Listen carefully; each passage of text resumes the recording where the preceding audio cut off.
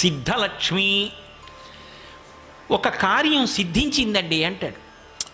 అమ్మయ్యా మొత్తానికి సిద్ధించిందండి అంటాడు. అందుకే విఘ్నేశ్వరుడు భార్యల్లో సిద్ధి బుద్ధి. సిద్ధించింది అంటే దాని అర్థం ఏమిటో తెలుసా? నేను అనుకున్నటువంటి కార్యం పూర్తయిపోయింది. నేను అనుకున్న కార్యానికి మొట్టమొదటి రూపం ఏమిటి? సంకల్పం. ఒక సంకల్పం మొదలై సంకల్పానికి ఆటుపోటు వస్తాయి. ఒకటి కలిసి వస్తుంది, ఒకటి ప్రతిబంధకం వస్తుంది. ఈ రెండిటి మధ్యలో నలుగుడు పడకుండా నేను సాధించి తీరుతానని తిరుగులేనటువంటి సంకల్పంతో నిలబడగలవా?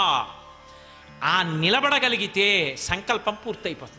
కాబట్టి సిద్ధలక్ష్మి ఒక సంకల్పం మొదలైతే సంకల్పము కార్యము పూర్తయింది అన్న స్థితికి మధ్యలో ఎన్నో ఒడిదుడుకులు ఉంటాయి. ఒక సభ నిర్వహించాలి అనుకున్నారనుకోండి, మొట్టమొదటి సంతోషం 3 రోజులు ఉపన్యాసాలు వస్తానన్నారు అని. కానీ తీరా మొదలెట్టిన తర్వాత ఆకాశం వంక చూస్తూ భయం, వాతావరణం వంక చూస్తూ భయం, చలి ఎక్కువగా ఉంటుందేమోనని భయం, ఎన్నో రకాల భయాలు. 3 రోజులు అయిపోయాక అబ్బా ఎంత బాగా జరిగిందో అన్న సంతోషం, అప్పుడు సిద్ధి పొందాం. ఈ సిద్ధి వరకు వెళ్ళి ఆఖరణ అమ్మయ్యా అని ఇలా గుండెల మీద చెయ్యేసుకుని తేలికగా ఊపిరి తీయాలంటే ఆ వెనక సంకల్ప బలాన్ని శక్తిని ఇవ్వగలిగిన తల్లి ఎవరో ఆమె ఆ లక్ష్మియే. అది మొదట లేకుండా అసలు ఎలా నడుస్తావు ముందుకి జీవితంలో? నేను డాక్టర్ అవ్వాలండి, మంచిదే సంకల్పం. డాక్టర్ అవ్వడానికి నువ్వు లేచింది ఎప్పుడు, చదివింది ఎప్పుడు అనుకుంటే అవుతావా? డాక్టర్ అవ్వడానికి కావలసిన క్రమశిక్షణ నీకుందా? నేను ఒక గొప్ప విద్వాంసుణ్ణి కావాలండి, నువ్వు చదివింది ఎప్పుడు, చదవగలవా? ఇది కార్యసాధనకు కావలసినటువంటి విభూతిని ఆ తల్లి అనుగ్రహించి సంకల్పము కార్యముగా పూర్తయినది అని నిలబెట్టడానికి కావలసిన విభూతిని అనుగ్రహించగలిగిన తల్లి సిద్ధలక్ష్మి. మోక్షలక్ష్మి. మోక్షలక్ష్మి అంటే సాధారణంగా మోక్షం ఎక్కడ చెప్తాం?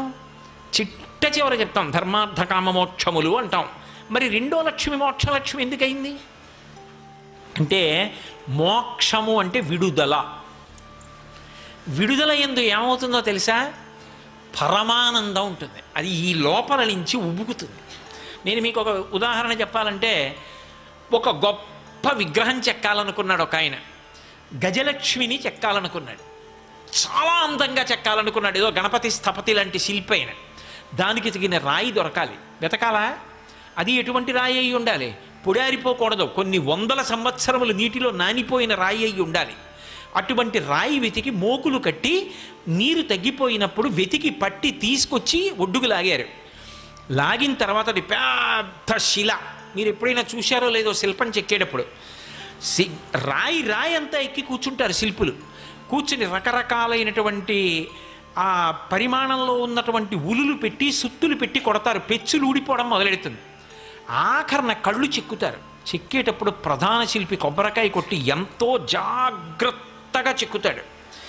ఇప్పుడు అద్భుతమైనటువంటి గజలక్ష్మి మూర్తి వచ్చింది.